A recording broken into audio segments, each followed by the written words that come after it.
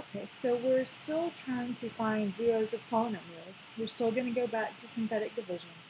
But in the last section, it told us what, a number to try, or two, so that we could get things nailed down. This helps us, this section is about how to kind of find the zeros if you don't know anything. So there are two different kind of tools that you have. One is Descartes' rule of signs. Descartes' rule of signs says, oh, that was weird. You just count the number of sign changes over the polynomial. Oh, I want to make this, get some more things going here.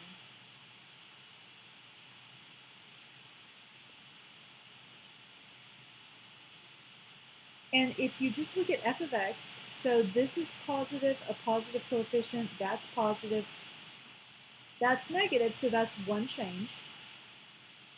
And then that's still negative, and then that's positive, so that's another change. So you have possibly two positive real roots.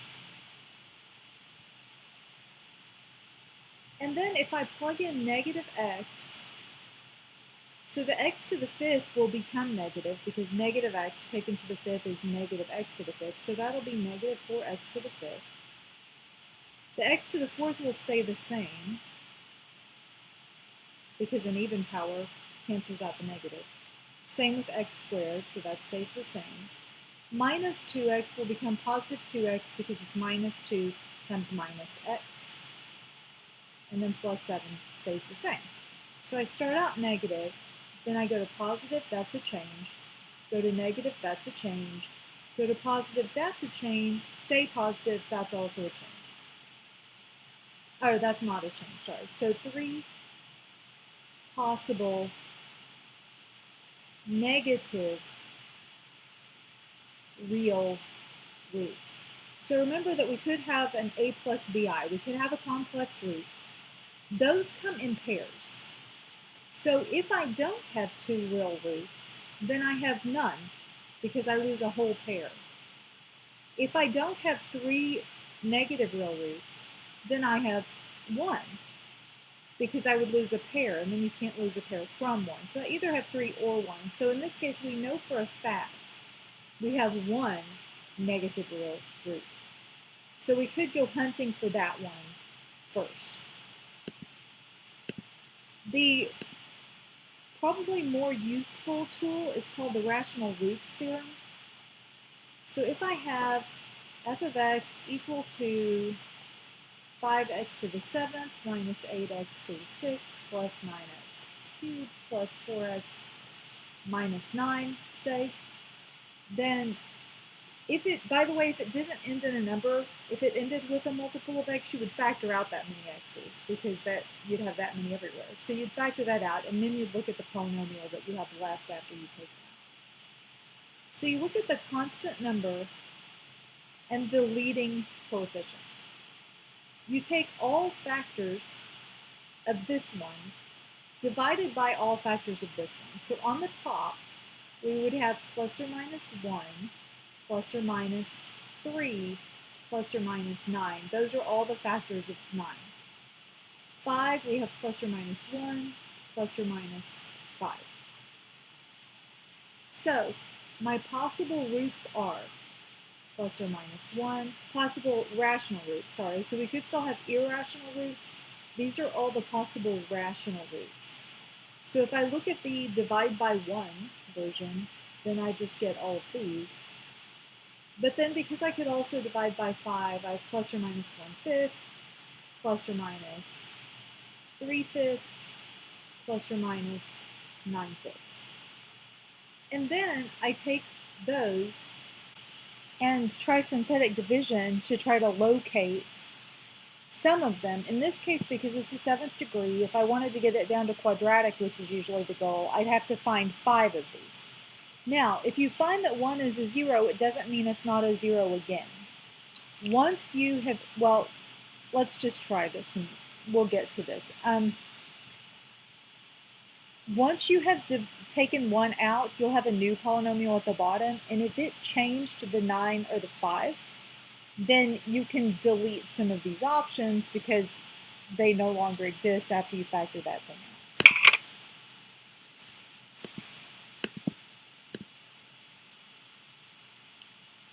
Okay, so number one, we want to select all the possible rational zeros. So I need to have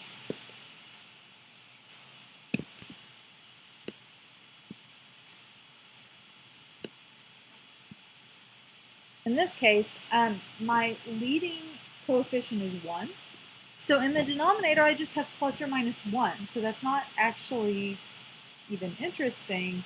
If I do, so once I have plus or minus 1, plus or minus 2, plus or minus 3, plus or minus 6 up here, if I take positive 1 over positive 1, it's the same as negative 1 over negative 1.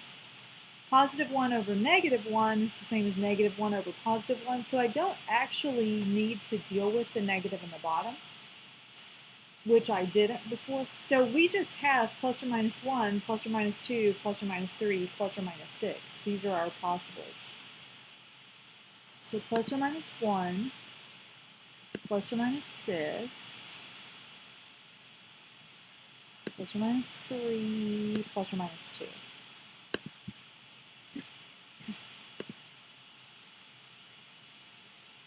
Now going to the next problem, we're asked to find the zeros. And we want them in exact form, so don't plug them in and put a decimal approximation. That's what that means.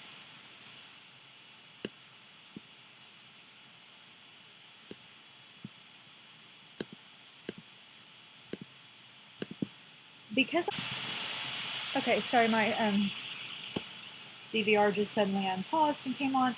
So this one is a quadratic form. You can list out the rational possibilities. The rational possibilities are plus or minus 1, plus or minus 19, because this still has a leading term of 1. But none of these will actually work because this doesn't have rational solutions. It does have some real solutions. But so if you try these and you get none of them are zeros, then you need to look at it again, because if you're given the problem, there should be some tool in your belt to solve it.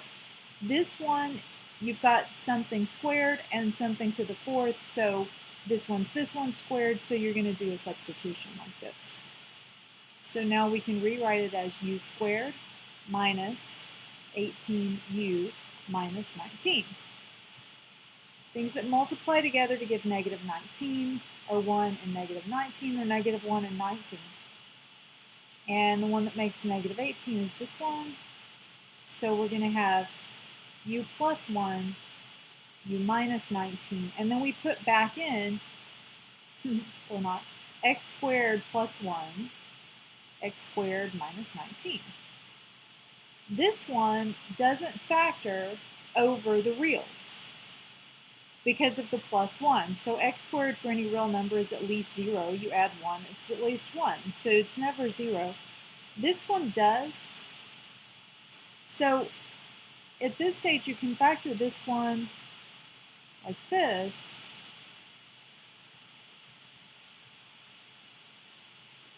Or in both cases, you could say, okay, well, I've only got a binomial now, so I'm going to go ahead and set it equal to 0. Then x squared equals negative 1, x squared equals, oh sorry, I got ahead of myself here, minus 19 equals 0 equals 19. And then from these,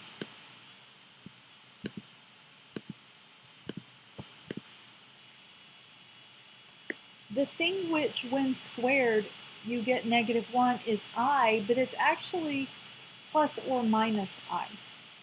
If you do minus I times minus I, then the minuses still cancel, so you get plus I squared is negative 1. Okay, so this is plus or minus I. This one gives you plus or minus root 19.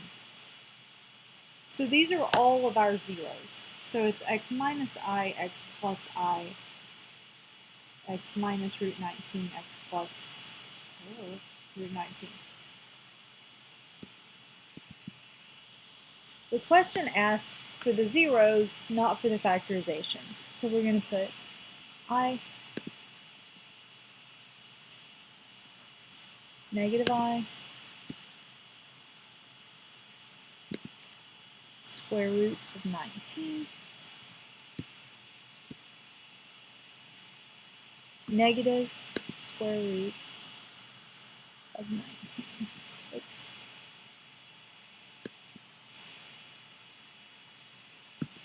Negative.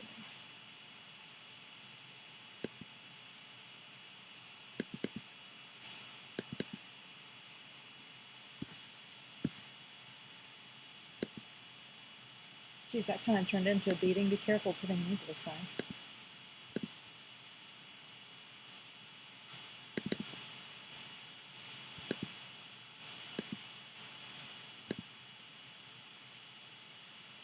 And now 19, we want to write a polynomial that satisfies these conditions.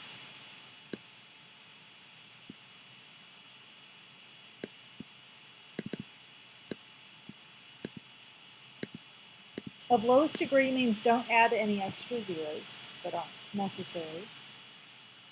So we have real coefficients and a 0 of 9 minus 4i. That means we also have a 0 of 9 plus 4i. I can't have one without the other. If this one has multiplicity 1, this one has multiplicity 1. And it has a 0 of 0 with multiplicity 5. So that's multiplicity 1 as well. Okay, so we have x minus 9 minus 4i and x minus 9 plus 4i, and then x minus 0 5 times. So this equals, this part's just x to the 5th, and then we have x squared minus 9 plus 4i times x minus 9 minus 4i times x plus, running out of room here, 9 minus 4i times 9 plus 4i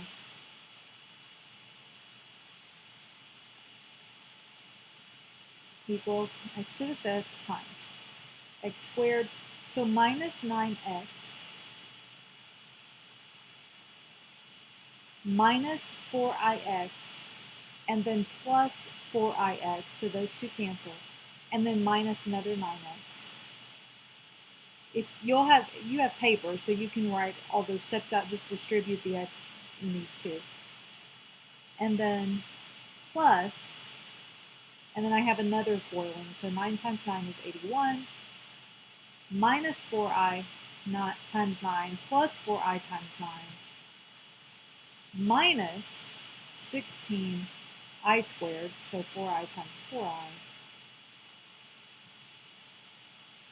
So x to the 5th times x squared minus 18x plus 81. I squared is negative 1, so that becomes plus 16. So x to the 7th minus 18x times x to the 5th plus 81 plus 16 is plus 97, x to the 5th.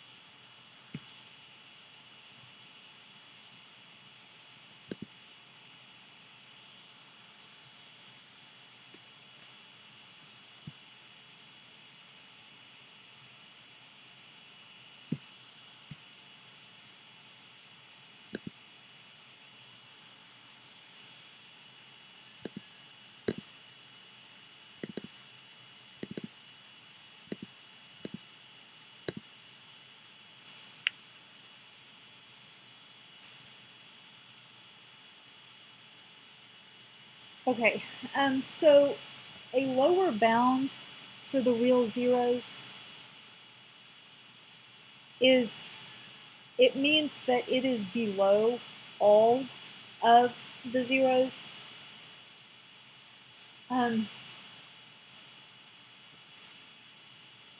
We have another theorem that I forgot was in this section. So there may actually be two. There may be an intermediate value theorem, but so upper and lower bound, the theorem is that if when I divide out x minus c, so I take the thing and I divide out x minus c, which would mean synthetic division wise that I take out c right here. If what I end up with here is all positive, then c is an upper bound for the zeros. That means it is bigger than all the zeros, so I don't have to look at any numbers, bigger than this one. So when you're using the rational roots theorem, if you use a number and these are all positive, then any numbers bigger than this one you can cross out. If when I take this out, these alternate in sign, plus minus, plus minus, plus minus kind of thing, then it's a lower bound. The lower bound means there aren't any zeros lower than that one. So then you can toss out any of the values that were less than that. This question is just telling us that -1 is lower than all the real zeros. But there's no reason that I can see to believe that 0 is also lower than all of them, because you could have some, negative a half. And -1 is still a lower bound for that.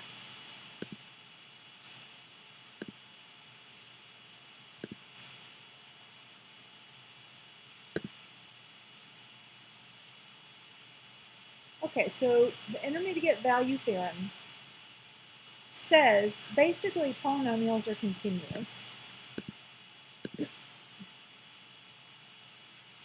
So if, for example, on this polynomial, I found a value that was down here. Let's say at 1 it was negative, and then at 4 it was positive.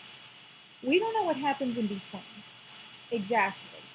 We do know, however, that we crossed over the axis at some point. Whatever continuous path you make, well, that doesn't really look like a polynomial so much. Could be, though. Whatever continuous path you took, there was a 0 in there. So there existed a 0 between 1 and 4. So if one of them's negative and another one's positive, then there's a 0 between them, somewhere, intermediate being between. So 2x squared plus x minus 2, we want to show that there's a 0 between 0 and 1. So the way we apply the theorem is plug in 0, and we get -2. So it's a negative number. If you plug in 0, you just get the y-intercept. So -2 is negative. F of 1 is 2 plus 1 minus 2 is 1. So that's positive. So since they have opposite signs, there had to be a 0 in between. If they have the same signs, we don't know that there's not a 0 in between. There could have been 2 as you passed through. So if they're both negative, it still could have done this. But, or even, I guess, that and had 1 0. But at any rate, if they're on the other side from each other, then you had to pass through. So the function must have a real 0 on that interval.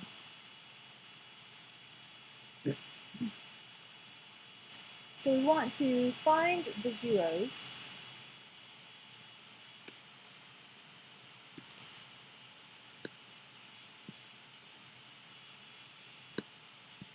Because this is quadratic, we could use the quadratic formula. We can try to factor, but the thing that we need to factor then is -4. So our options are 2 and -2, 1 and -4, and -1 and 4. None of these have a difference of 1, so we can't factor it. So x equals -1 plus or minus the square root of 1 squared minus 4 times 2 times -2 over 2 times 2. So 4 times 2 is 8, times 2 is 16, root 17 over 4.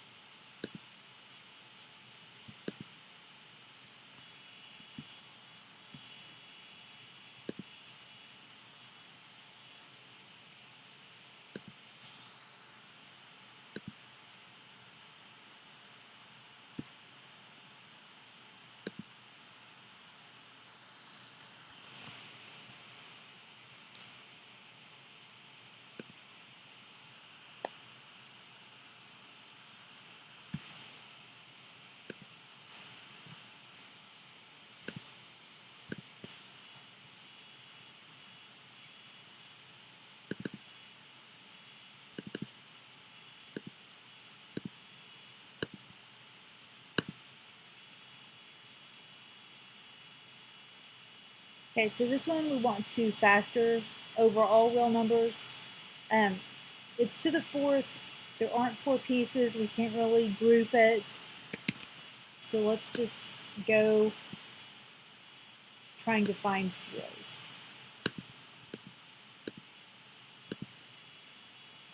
Once we get down to squared, we can use the quadratic formula. So our possibilities for rational roots are, since this is just 1, it's just factors of 8. So 1 minus 1, 2 minus 2, 4 minus 4, 8 minus 8. So we'll start out with 1. 1 minus 3, 6 minus 12, 8. We're not missing anything, so we don't need any zeros.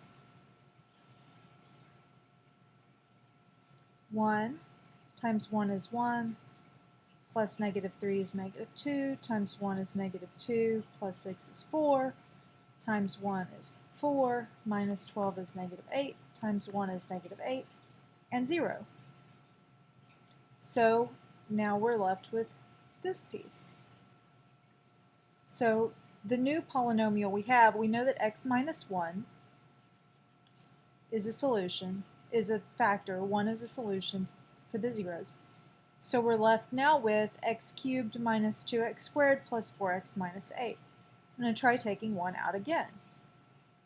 We don't know the multiplicity of anything, so try again. 1 times 1 is 1, plus negative 2 is negative 1, times 1 is negative 1, plus 4 is 3, times 1 is 3, minus 8 is negative 5, so that's not a root. So I'm just going to take this part now. That wasn't good. Let me try again. It's kind of there now. Okay.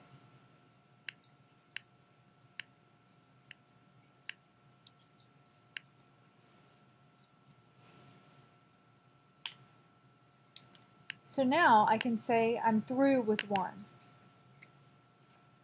I got it out one time and it's not going to come out again, so forget 1. So now we'll try negative 1.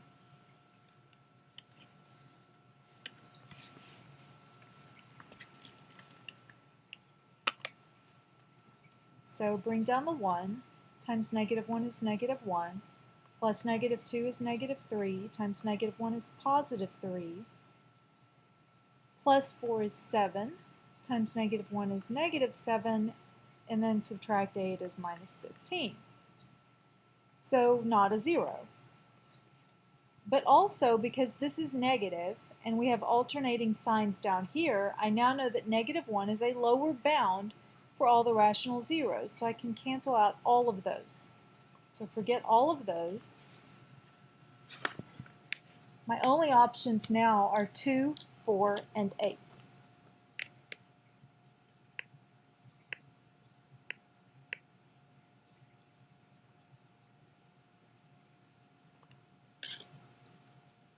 So I'll try 2.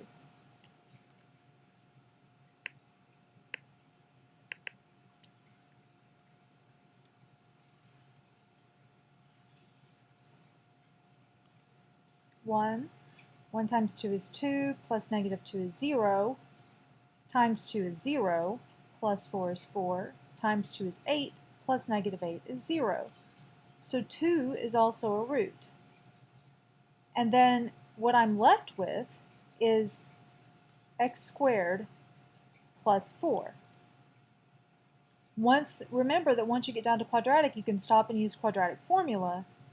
So at this point, I have this and this.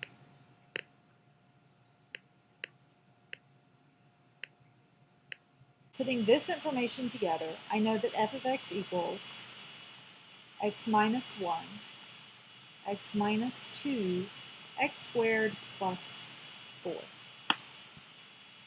The question asked the factorization over the set of real numbers. So these two are over real. This one, if I factor it, because it's x squared plus 4, so let's say that we tried to factor it either this way or using the quadratic formula, you're going to get the same thing no matter what. This is x equals plus or minus the square root of negative 4 is plus or minus 2i. So that's not over the reals. The factorization over the reals is this. Once I have a piece that factors into getting imaginary or complex zeros, then that's not factored over the reals anymore. So x minus 1, x minus 2, x squared plus 4.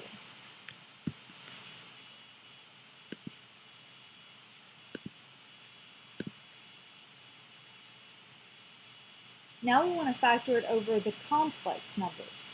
So we had just done that. We get plus or minus 2i, so that means that the factorization of this is x minus 1, x minus 2, x plus 2i, x minus 2i.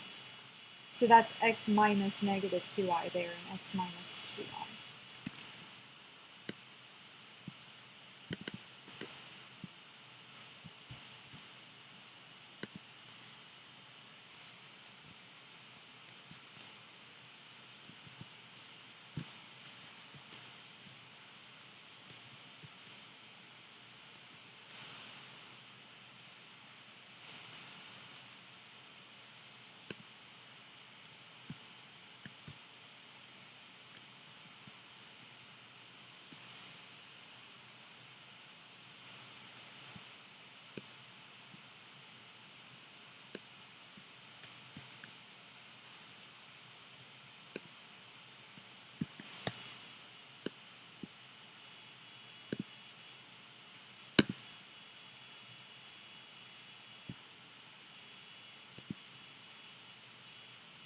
Oh, I missed that one.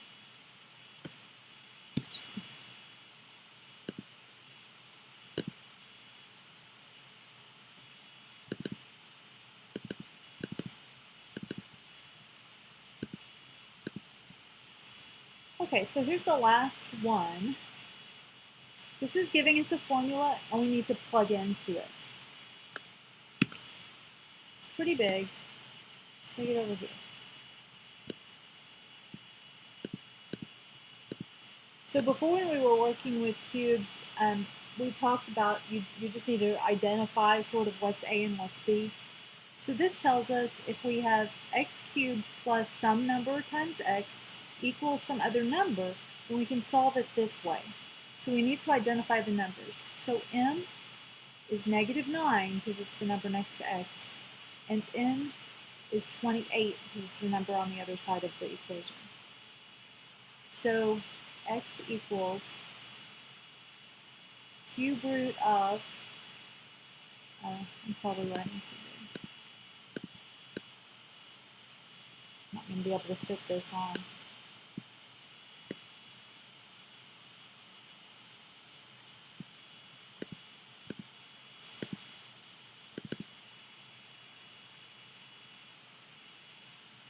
x equals cube root of, and then there's a square root inside, n over 2 squared plus n over 3 cubed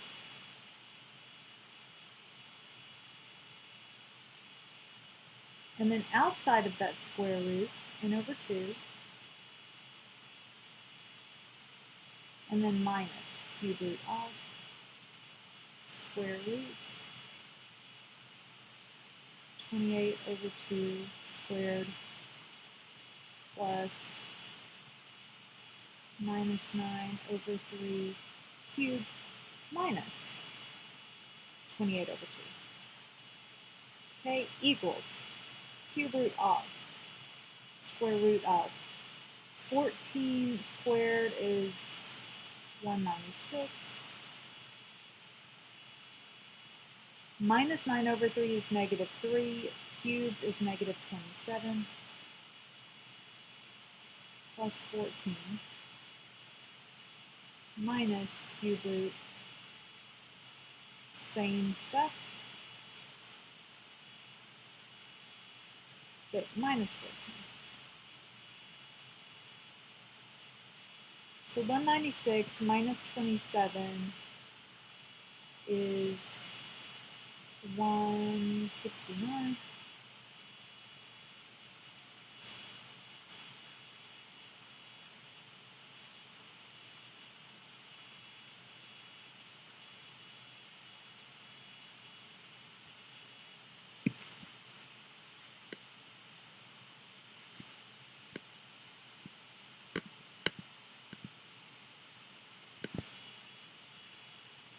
Okay, so that's the cube root of. Square root of 169 is 13.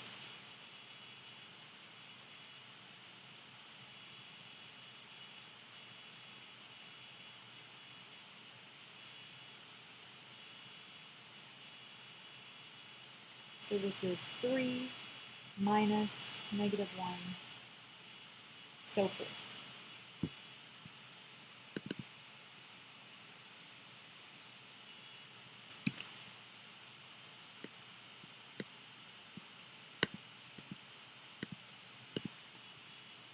Just to check, 4 cubed minus 9 times 4 equals 64 minus 36 equals 28.